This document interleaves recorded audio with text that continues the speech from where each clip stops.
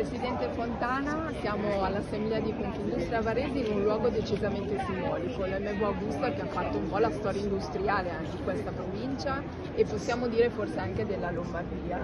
È sicuramente una delle storie importanti della nostra provincia. Tanti sono stati gli imprenditori che qui hanno raggiunto successo e hanno fatto diventare importante la nostra provincia. Qui riesce a declinare oltre alla storia anche la bellezza del sito, che è assolutamente unico ed irripetibile.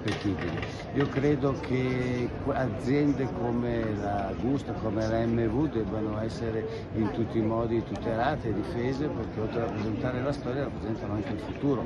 E non dimentichiamo che questa azienda è ancora oggi una delle più apprezzate, ha una tecnologia assolutamente unica, ha richieste di forniture che vanno in là negli anni, quindi credo che sia una bella storia che vada in tutti i modi difesa.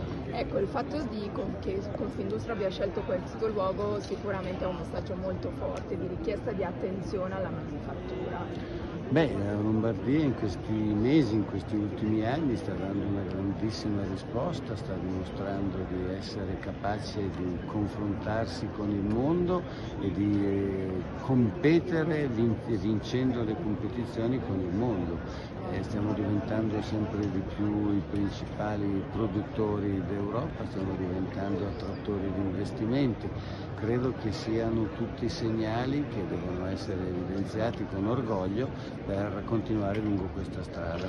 Ecco, c'è appena stato il voto europeo, questa attenzione alla manifattura, secondo lei c'è in Europa o potrebbe migliorare? Ma guardi, in Europa si assiste a tante risposte che sono un po' equivoche, nel senso che l'Europa sta cercando di portare avanti per esempio il discorso legato alla sostenibilità in modo troppo ideologico, senza tener conto delle realtà economiche che rischiano di essere assolutamente sconvolte da queste scelte. Il voto ha dimostrato che i cittadini europei non sono così d'accordo su questa ideologizzazione di una battaglia che tutti noi crediamo si debba fare, ripeto, ma non in modo ideologico.